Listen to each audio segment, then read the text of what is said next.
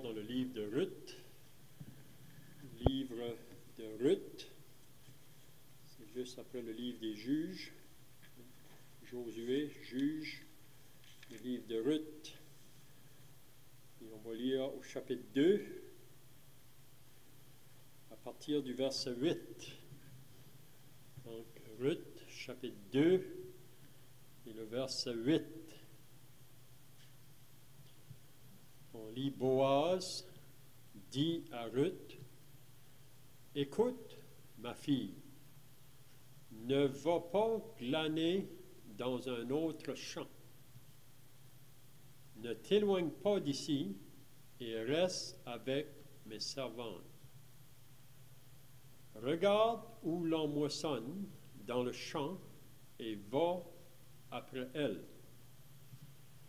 J'ai défendu mes serviteurs de te toucher. Et quand tu auras soif, tu iras au vase et tu boiras de ce que les serviteurs auront puisé. Alors elle tomba sur sa face et se prosterna contre terre.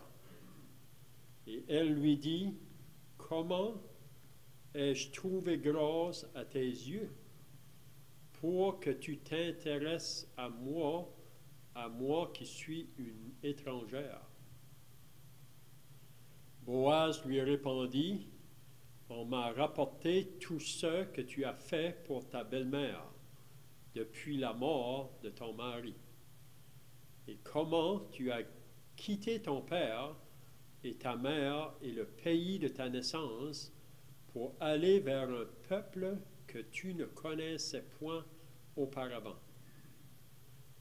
Que l'Éternel te rende ce que tu as fait, et que ta récompense soit entière de la part de l'Éternel, le Dieu d'Israël, sous les ailes duquel tu es venu te réfugier. Et elle dit: Oh, que je trouve grâce à tes yeux, mon Seigneur, car tu m'as consolé, et tu as parlé au cœur de ta servante.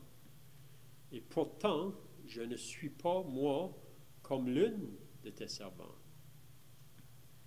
Au moment du repas, Boaz dit à Ruth: Approche, mange du pain, et trempe ton morceau dans le vinaigre. Elle s'assit à côté des moissonneurs. On lui donna du grain rôti. Elle mangea et se rassasia, et elle garda le reste. Puis elle se leva pour glaner. Boaz donna cet ordre à ses serviteurs, qu'elle glane aussi entre les gerbes, et ne l'inquiétez pas.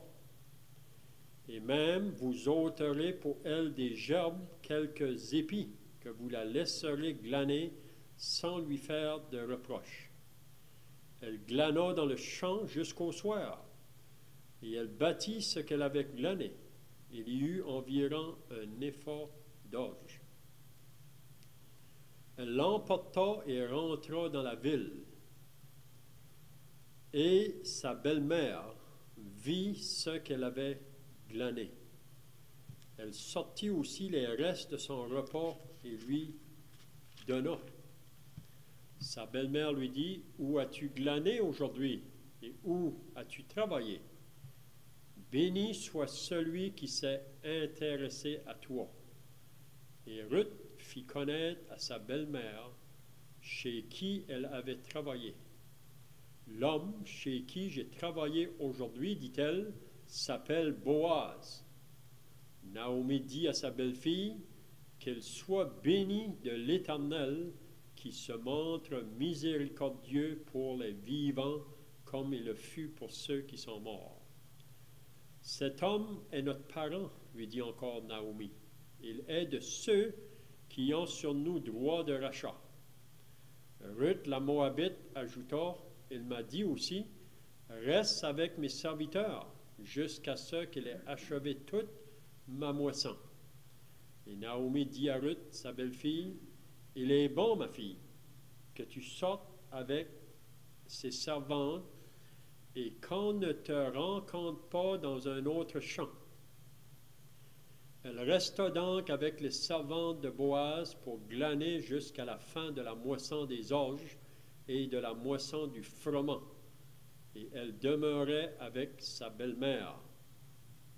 Naomi, sa belle-mère, lui dit, « Ma fille, je voudrais assurer ton repos afin que tu fusses heureuse. » C'est tout ce qu'on va lire dans la parole de Dieu. Donc, si vous étiez là la dernière fois, on avait regardé au début du chapitre 2, puis j'aimerais encore de continuer dans ce livre de Ruth, parce qu'on trouve beaucoup d'applications, si on peut dire, pour même notre vie chrétienne ici-bas, et surtout en étant associé à l'Assemblée de Dieu. Donc, qu'est-ce qu'on avait vu la dernière fois? C'est que Boaz est vraiment un type de Jésus-Christ, ou une figure du Seigneur Jésus. Puis on pourrait dire que Ruth est vraiment une figure de l'Église, vraiment, qui est l'épouse. Donc, qu'est-ce qu'on avait vu la dernière fois concernant Boaz? Ça nous dit qu'il était un homme riche et puissant. Donc, si on le met en parallèle avec le Seigneur Jésus, qui est venu par la suite, là, Boaz, un homme riche et puissant, mais si on regarde le Seigneur Jésus-Christ, c'est ça que lui aussi était. Il était l'homme riche et puissant. Même on lit dans la parole de Dieu, de riche qu'il était, il s'est fait pauvre pour nous afin que nous soyons enrichis. Donc le Seigneur Jésus, avant de venir à la terre, il habitait le ciel. Il était dans les richesses éternelles, si on peut dire, dans une gloire éternelle. Il a quitté cet endroit-là, de riche qu'il était, il s'est fait pauvre pour nous enrichir. Donc, on voit que Boaz était aussi un homme riche, puis puissant. Donc, on dit à propos du Seigneur Jésus que lui était tout-puissant. Si vous lisez dans Ésaïe chapitre 9, je pense, à partir du verset 6, là, il nous dit Dieu puissant, en parlant du Seigneur Jésus, là, qui était le Fils, qui était aussi Dieu puissant. Donc, on a vu aussi que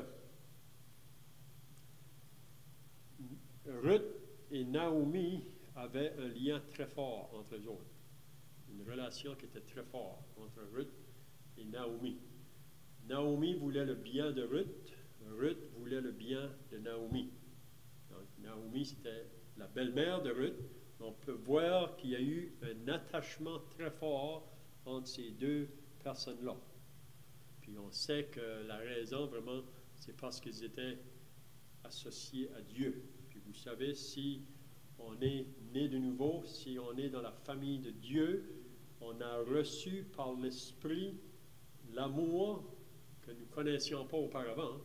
Puis l'amour qu'on a reçu de Dieu, après qu'on est sauvé là, par le Saint-Esprit, ça nous fait aimer nos frères et nos sœurs en Christ ou dans le Seigneur. Ça nous fait premièrement aimer Dieu.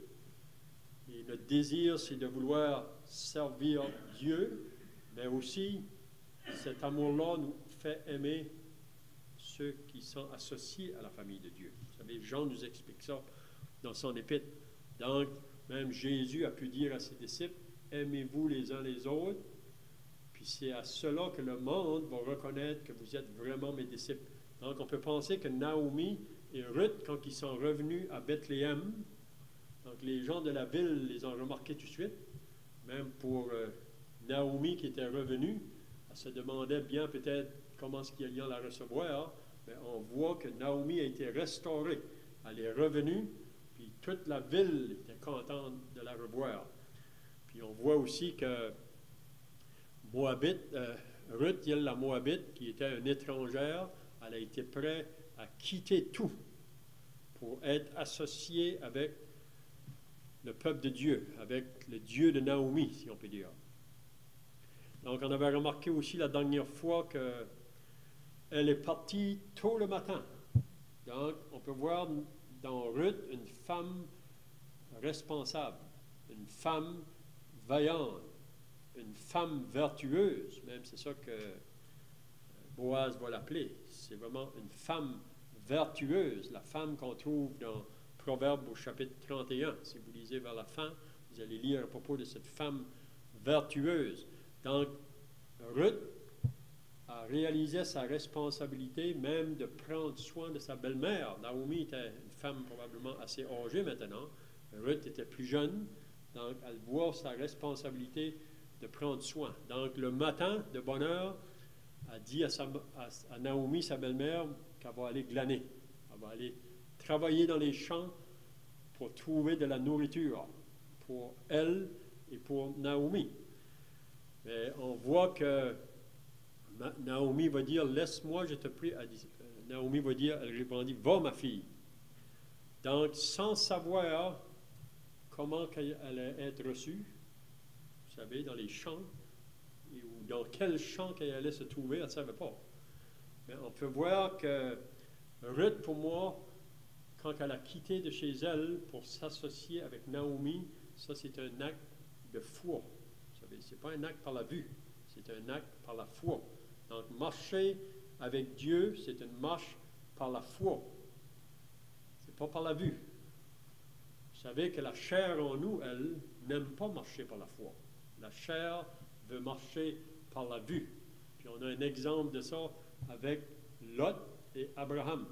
Si vous lisez concernant Lot et Abraham, quand à un moment donné, il y a eu des querelles entre les bergers d'Abraham et les bergers de Lot, donc Abraham a dit à Lot, choisis où tu veux aller.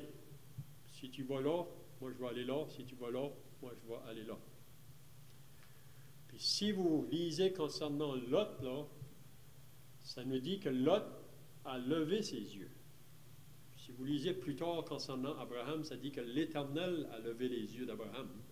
Mais Lot, lui, a levé ses yeux. Donc Lot est un type d'un croyant qui marche par la vue. Il ne marche pas par la foi. Vous savez, on est tous appelés à marcher par la foi, mais si que la chair qui est en nous prend le dessus dans notre vie, on ne marche plus par la foi. On veut voir les choses par la vue. Puis si vous regardez ce que Lot a regardé, c'était concernant les plaines, vous savez, qui allaient vers Sodome et Gomorrhe. Puis la ville de Sodome et Gomorrhe, c'est une ville qui était dans le péché. Dans tous ces aspects-là, vraiment dans le péché. Une ville méchante. Mais Lot, lui, quand il a levé les yeux, il a regardé dans les plaines, ça paraissait très attrayant, ça. Quand on regarde par la vue, vous savez, l'ennemi, vraiment, il essaye de nous éblouir par les choses qui frappent les yeux. Mais Lot, probablement, n'a jamais pensé qu'un jour, il allait se trouver dans la ville de Sodome. Probablement qu'il avait juste les premières pensées d'aller dans la plaine, parce qu'il y avait beaucoup d'animaux, pour prendre soin des autres. Mais Lot, à la fin, est fini dans la ville de Sodome et Gomorrhe. Puis si vous lisez l'histoire de Lot, il va toujours en descendant. Vous savez, il ne va jamais en montant. Lot va toujours en descendant. Donc, Lot était un croyant. Si on n'avait pas le Nouveau Testament pour le dire, peut-être on douterait que Lot était un croyant. Mais Lot, c'est l'homme qui marche par la vue. Vous savez, un croyant, mais qui marche par la vue. Il ne marche pas par la foi. On peut voir que même Abraham, peut-être que je change de sujet là, mais Abraham a eu aussi des manquements. Si vous lisez à propos d'Abraham, même au début de sa marche, quand il est descendu en Égypte, mais Abraham a appris des leçons là. Puis quand il est revenu de l'Égypte, on voit ensuite qu'Abraham réalise que ma marche doit être par la foi et non pas par la vue. Donc, ici, on voit Ruth, quand elle a tout quitté. Elle a quitté sa famille, elle a quitté ses dieux à Moab, puis elle s'est attachée au Dieu de Naomi, puis elle savait, sans tout comprendre, vous savez, si vous allez marcher une vie par la foi, on ne comprend pas tout de suite. On ne sait pas pourquoi que Dieu peut-être nous fait passer par ce chemin-là. Nous autres, on aurait pensé que ça aurait été mieux par là.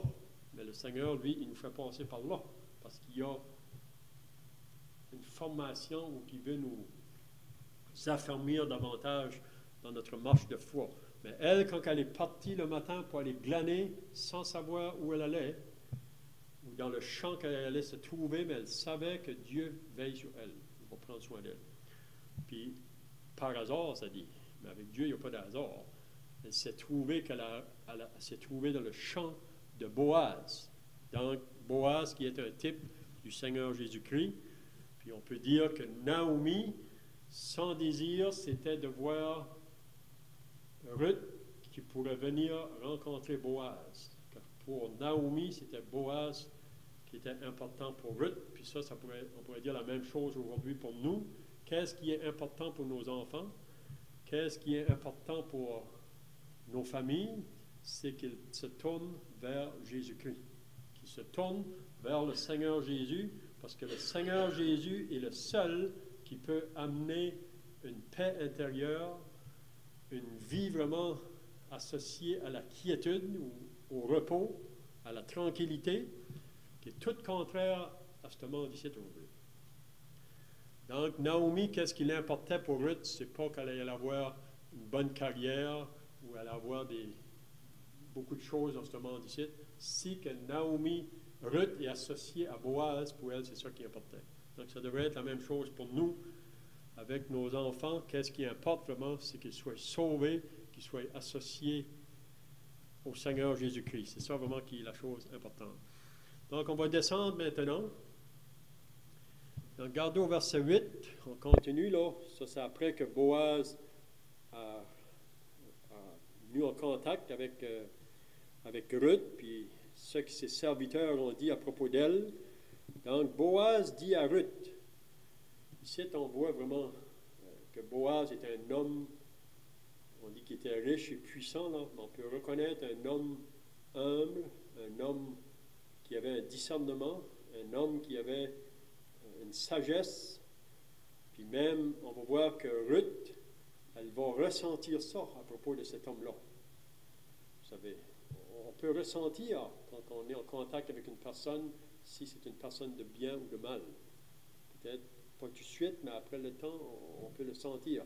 On peut voir que cette rencontre-là de Ruth et Boaz, il y a un lien qui va se faire là, à ce moment-là, puis ça va se poursuivre là. Regardez qu'est-ce qu'il dit. Boaz dit à Ruth, « Écoute ma fille, ne va pas glaner dans un autre champ.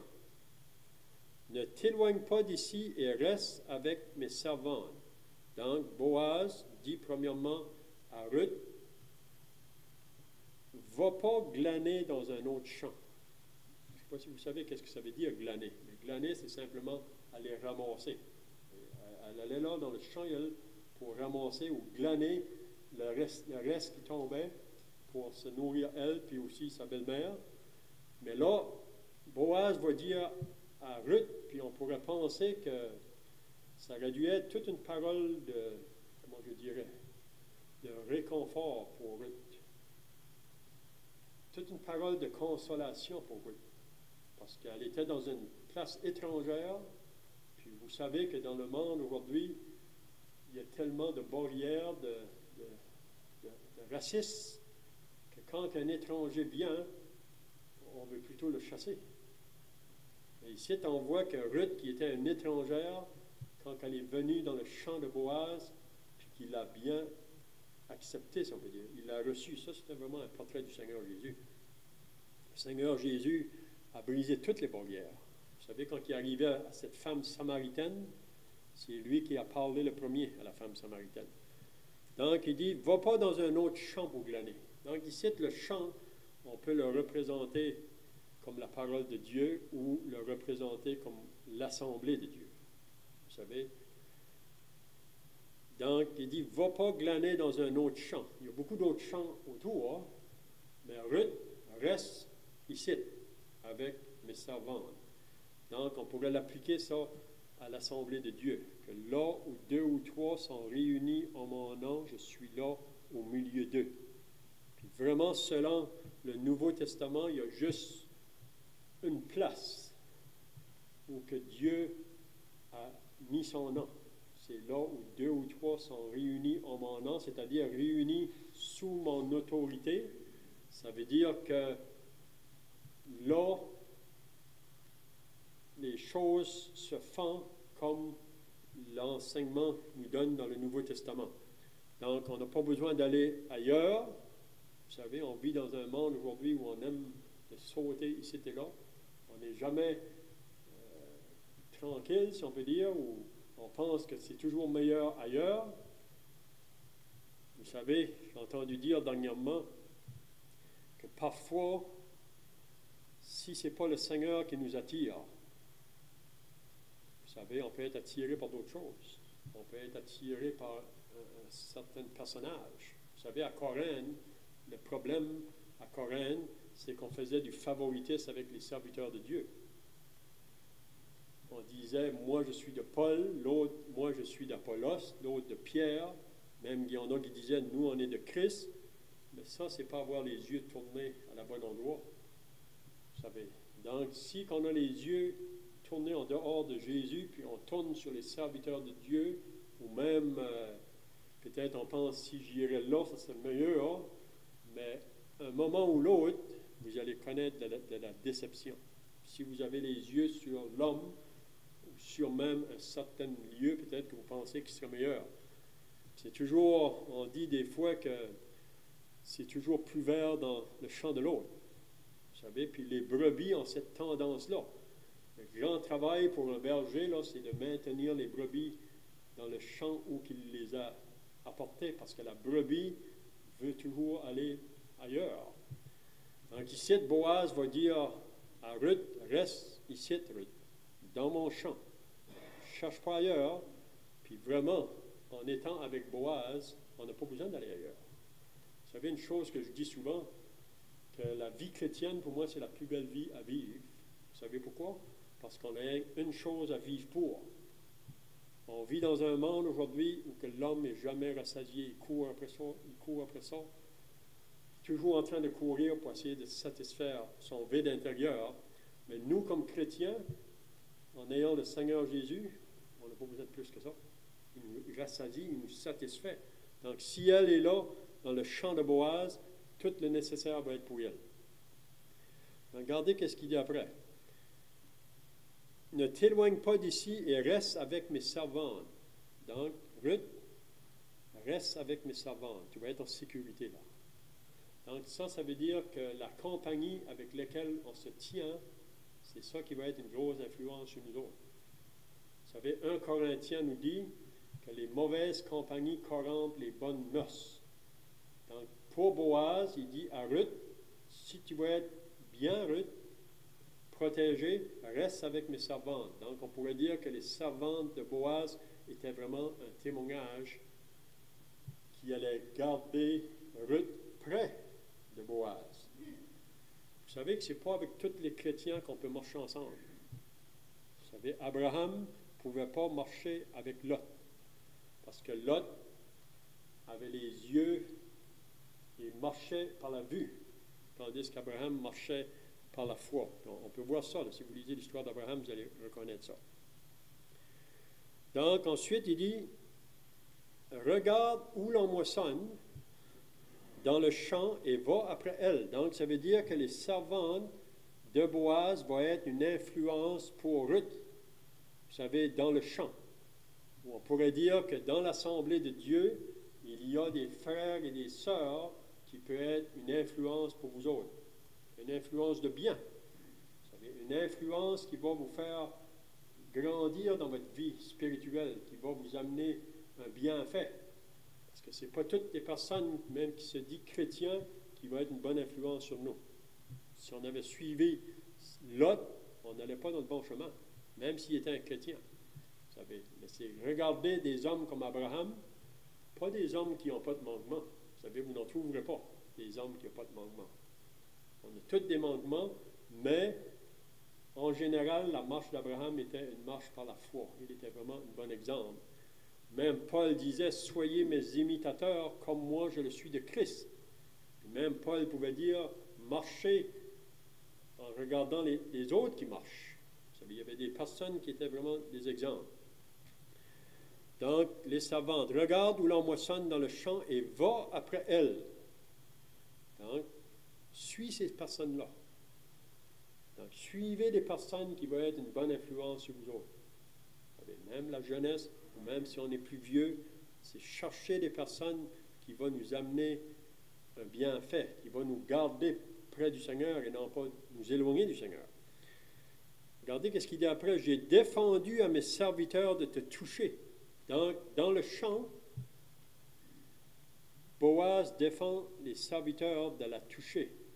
Ça veut dire que dans l'assemblée, si on peut dire, ça devrait être une place qui est associée à la pureté, une place qui est associée à la sainteté. Donc, une place vraiment où les sœurs peuvent reposer, si on peut dire. C'est pas partout, vous savez, ce que c'est quand les sœurs peut-être peuvent se reposer. Il y a des places aujourd'hui, il y a beaucoup de choses qui se passent, même qui ne sont pas pures. Vous savez, la manière que les hommes vont agir avec les femmes, même dans leur langage, dans leur manière d'agir, mais dans l'assemblée de Dieu, ça devrait être une place où les sœurs sont à l'aise. Vous savez, il n'y a pas de mauvaise pensée, si on peut dire. Donc, regarde où l'on moissonne dans les champs et va après elle. J'ai défendu à mes serviteurs de te toucher, et quand tu auras soif, regardez qu'est-ce qu'il dit après. Il va y avoir de l'eau là pour elle. Puis l'eau, on pourrait dire, ça peut être comparé aussi à la parole de Dieu. On sait que, comme on lit dans le psaume 23, l'Éternel est mon berger, je ne manquerai de rien. Il me fait reposer dans de verts pâturages. Donc, les verts pâturages, vraiment, c'est la nourriture pour les brebis. Puis, si les brebis sont bien nourries dans les verts pâturages, vous allez trouver la brebis qui peut se reposer. Si une brebis ne se nourrit pas de la bonne herbe, elle ne se repose pas. Elle ne peut pas se reposer. C'est la même chose pour nous. Si on ne se nourrit pas de la parole de Dieu à chaque jour, c'est ça notre nourriture vraiment, on ne pourra pas se reposer. Vous savez, il y a des chrétiens qui ne se reposent pas. Ils sont toujours agités parce qu'ils ne mettent pas le temps à la parole. Même l'eau ici, il dit qu'il va pouvoir l'eau. Il dit, j'ai défendu, OK? Et quand tu auras soif, tu iras au vase et tu boiras de ce que les serviteurs auront puisé. Donc, c'est tout quelque chose pour Naomi, Ruth, si vous s'arrêtez là. Tout un rafraîchissement pour elle. Comment est-ce que Boaz va la traiter, puis va prendre soin d'elle dans tous les petits détails. Une étrangère. Ruth, quand tu auras soif, il y a de l'eau là pour toi. Donc, l'eau, on peut dire, c'est la parole de Dieu qui est là pour nous autres. Le Seigneur a tout pourvu pour nous autres. Donc, on va terminer avec le verset après. Regardez qu'est-ce que ça dit au verset 10. Alors, elle tomba sur sa face. Donc, vraiment, c'est un acte d'adoration, si on peut dire. Ou un acte vraiment qui la dépasse. Et elle, une étrangère, cet homme-là la reçoit comme ses propres servantes. Vraiment. C'est ça qu'elle dit. Alors, elle tomba sur sa face et se prosterna contre terre. Et elle lui dit, « Comment ai-je trouvé grâce à tes yeux? » Donc, c'est la même chose que nous autres, on peut dire. Hein? En parlant au Seigneur, « Seigneur, comment on a pu trouver grâce à tes yeux? » Nous qui étions des pécheurs, des haïssables, nous qui étions tes ennemis, comment on a pu trouver grâce à tes yeux? Vous savez, si Dieu s'approche de nous, c'est simplement une grâce, parce qu'on ne mérite pas ça. Même Marie, la mère de Jésus, c'est ça qu'elle a réalisé. C'est une grâce que Dieu lui avait faite, qu'il avait pu s'abaisser sur cette humble servante. Comment ai-je trouvé grâce à tes yeux pour que tu t'intéresses à moi? Est-ce qu'il y avait quelque chose en nous que le Seigneur pouvait s'intéresser à nous autres? Il n'y avait rien. Donc, si le Seigneur n'avait pas fait le premier pas, on n'aurait jamais été à lui. Jamais. Mais le Seigneur, c'est lui qui nous a aimés le premier. Donc, comment ai-je trouvé grâce à tes yeux pour que tu t'intéresses à moi qui suis une étrangère? Une étrangère. Vous savez, on était aussi des étrangers, nous. Le peuple juif était le peuple choisi de Dieu. Mais parce qu'ils ont détourné, Dieu s'est tourné vers les nations, vers les païens. Donc, on était des gens des païens. Mais Dieu nous a fait une grâce. Donc, ce matin, j'espère que ces paroles-là vont nous encourager, nous, comme chrétiens qui appartiennent au Seigneur Jésus-Christ. Si on est avec lui, comme Ruth, avec Boaz, il n'y a pas pas qu'il n'y aura pas de difficulté, mais le Seigneur nous dit qu'il va être avec nous tous les jours jusqu'à la fin de l'âge. Donc, dans toutes les différentes difficultés où on peut passer, il est là. Il nous a fait la promesse. Donc, on va terminer par la prière. Notre Dieu et notre Père, nous voulons encore te remercier et te rendre grâce pour ta parole ce matin que nous avons pu ouvrir. Et nous réalisons que ta parole est toujours une source de bénédiction pour nous si nous la recevons par la foi, parce qu'on sait que ce n'est pas par la vue que nous recevons ces choses, c'est par la foi. C'est des promesses que Dieu nous a faites et nous savons que toutes ces promesses-là vont être accomplies pour nous. Donc nous remettons cette journée entre tes mains. Bénis ton peuple ici et partout ailleurs. Aide-nous à être de ceux qui vont s'attacher au Seigneur Jésus-Christ afin que nos vies soient bénies par sa main toute puissante au nom du Seigneur Jésus. Amen.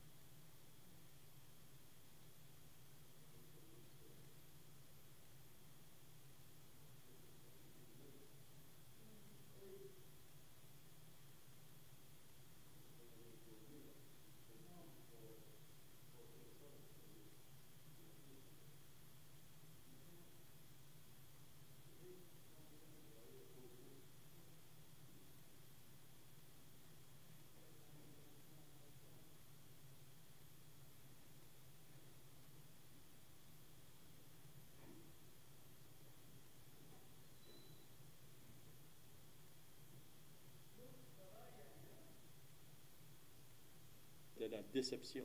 Si vous avez les yeux sur l'homme, ou sur même un certain lieu, peut-être que vous pensez qu'il serait meilleur. C'est toujours, on dit des fois que c'est toujours plus vert dans le champ de l'autre. Vous savez, puis les brebis ont cette tendance-là. Le grand travail pour un berger, là, c'est de maintenir les brebis dans le champ où il les a apportées, parce que la brebis veut toujours aller ailleurs. Donc ici, Boaz va dire à Ruth, reste ici, Ruth, dans mon champ. Ne cherche pas ailleurs. Puis vraiment, en étant avec Boaz, on n'a pas besoin d'aller ailleurs. Vous savez, une chose que je dis souvent, que la vie chrétienne, pour moi, c'est la plus belle vie à vivre. Vous savez pourquoi? Parce qu'on a une chose à vivre pour. On vit dans un monde aujourd'hui où que l'homme n'est jamais rassasié. Il court après ça, toujours en train de courir pour essayer de satisfaire son vide intérieur. Mais nous, comme chrétiens, en ayant le Seigneur Jésus, on n'a pas besoin de plus que ça. Il nous rassasie, il nous satisfait. Donc, si elle est là, dans le champ de Boaz, tout le nécessaire va être pour elle. Donc, regardez ce qu'il dit après. Ne t'éloigne pas d'ici et reste avec mes servantes. Donc, Ruth, reste avec mes servantes. Tu vas être en sécurité là. Donc, ça veut dire que la compagnie avec laquelle on se tient, c'est ça qui va être une grosse influence sur nous autres. Vous savez, 1 Corinthiens nous dit que les mauvaises compagnies corrompent les bonnes mœurs.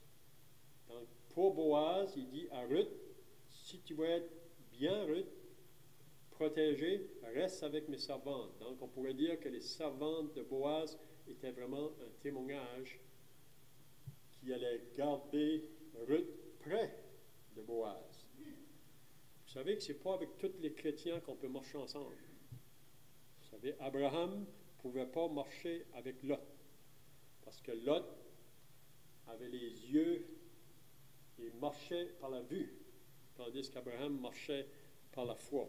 On peut voir ça. Là. Si vous lisez l'histoire d'Abraham, vous allez reconnaître ça. Donc, ensuite, il dit, regarde où l'on moissonne dans le champ et va après elle. Donc, ça veut dire que les servantes de Boaz vont être une influence pour Ruth, vous savez, dans le champ. On pourrait dire que dans l'assemblée de Dieu, il y a des frères et des sœurs qui peuvent être une influence pour vous autres. Une influence de bien. Vous savez, une influence qui va vous faire grandir dans votre vie spirituelle, qui va vous amener un bienfait. Parce que ce n'est pas toutes les personnes, même qui se disent chrétiens, qui vont être une bonne influence sur nous. Si on avait suivi Lot, on n'allait pas dans le bon chemin, même s'il était un chrétien. Vous savez, mais c'est regarder des hommes comme Abraham, pas des hommes qui n'ont pas de manquement. Vous savez, vous n'en trouverez pas des hommes qui n'ont pas de manquement. On a tous des manquements, mais en général, la marche d'Abraham était une marche par la foi. Il était vraiment un bon exemple. Même Paul disait, soyez mes imitateurs comme moi je le suis de Christ. Et même Paul pouvait dire, marchez en regardant les autres qui marchent. Vous savez, il y avait des personnes qui étaient vraiment des exemples.